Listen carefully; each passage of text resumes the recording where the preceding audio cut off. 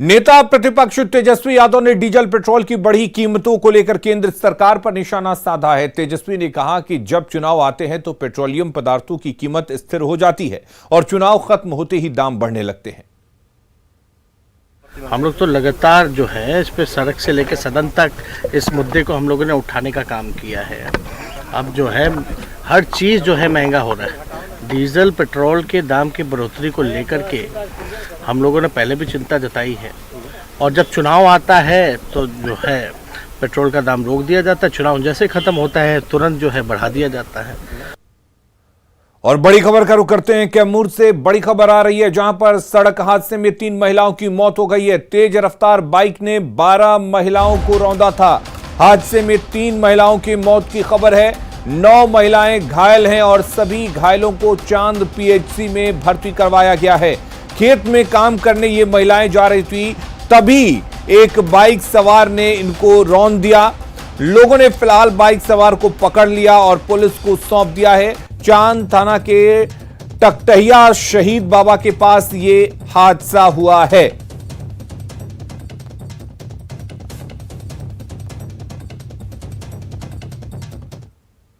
और नालंदा से बड़ी खबर है, जहां पर गिरियक थाना इलाके में बेकाबू बस पलट गई है। हादसे में 15 यात्री घायल हुए हैं। नवादा से बिहार शरीफ आ रही थी ये बस और उस दौरान ये बस बेकाबू हो जाती है और पलट जाती है, जिसमें 15 यात्रियों के घायल होने की सूचना है।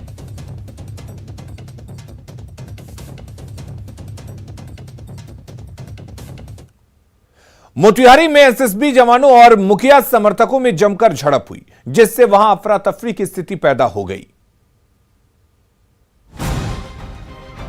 इंडिया नेपाल बॉर्डर पर मोतिहारी में एसएसबी जवान और मुखिया समर्थकों के बीच जमकर पथराव हुआ। चेक पोस्ट पर मुखिया के समर्थकों ने एसएसबी जवानों पर पत्थरबाजी की। पत्थरबाजी के बाद एसएसबी के जवानों ने भी मुखिया समर्थकों को घेर लिया, जिसके बाद मुखिया समर्थकों पर बल का प्रयोग भी किया गया। दरअसल पूर्वी चंपारण के नायक टोला चेक पोस्ट से सिरिसिया कला पंचायत के मुखिया जाफर अली की गाड़ी गुजर रही थी। तभी जांच के लिए एसएसबी के जवानों ने मुखिया की गाड़ी रोक ली। गाड़ी जांच के नाम पर मुखिया जी आग बबूला हो गए और एसएसबी जवानों से कहासुनी करने लगे। मामला बढ़ता देख मुखिया के समर्थकों ने एसएसबी के जवानों पर हमला बोल दिया। एसएसबी जवानों पर पत्थर फेंकने शुरू कर दिए। थोड़ी देर के लिए पूरा चेकपोस्ट रण क्षेत्र में तब्दील हो गया। काफी देर के बाद मामला शांत हो सका। मुखिया और एसएसबी जवानों ने एक दूसरे पर कई आरोप लगाए हैं। जवानों का कहना है कि सीमा से तस्करी बढ़ गई है, इसलिए जांच की गई।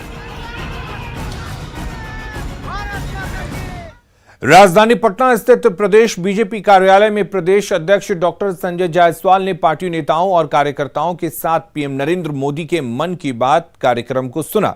इस मौके पर उन्होंने कहा कि पीएम के मन की बात से आज हर भारतीय खुद को गौरवान्वित महसूस कर रहा है। भारत में उत्पादित वस्तु और सामान विभिन्न देशों में बेचे जा रहे हैं, जिससे यह साबित होता है कि केंद्र सरकार किसानों और खेती को लेकर जागरूक है और खेती से जुड़ी कई योजनाएं चला रही है, जिससे किसानों को लाभ हो। आज प्रत्येक भारतवासी गौरवान्वित हो गया जब प्रधानमंत्री जी ने यह बताया कि भारत के 30 लाख करोड़ रुपए के उत्पाद आज दुनिया के दूसरे देशों में बिक रहे हैं। और खास करके जब उन्होंने यह बताया कि चाहे वह हैदराबाद का आम हो, चाहे मुरादाबाद के हमारे पीतल के सामान हो, या यहाँ तक नॉर्थ ईस्ट का कटहल और मिर्ची, वह भी इंग्लैंड के लंदन के मॉल्स में बिक रहा है। यह बताता है कि यह सरकार किसानों के संवर्धन के लिए, किसानों को आगे बढ़ाने के लिए कितनी ज्यादा उत्सुक है। डिप्टी सीएम रेणु देवी ने छपरा में विधान परिषद चुनाव को लेकर छपरा में एनडीए प्रत्याशी के पक्ष में चुनाव प्रचार किया। इस मौके पर उन्होंने कहा कि चुनाव को लेकर एनडीए पूरी तरह से एकजुट है और अन्य दलों का चुनाव में कोई अस्तित्व नहीं है। विधान परिषद चुनाव में सभी जगहों पर एनडीए उम्मीदवारों की ही जीत होगी। इस दौरान उन्होंने मुकेश सहनी पर भी जमकर हमला बोला और इस्तीफा देने की मांग की। ये कि हम पार्ट होते हैं और एनडीए के साथ रहते हैं, और जब हम एनडीए के पार्ट नहीं है तो एनडीए के साथ की बात कहाँ से आती है।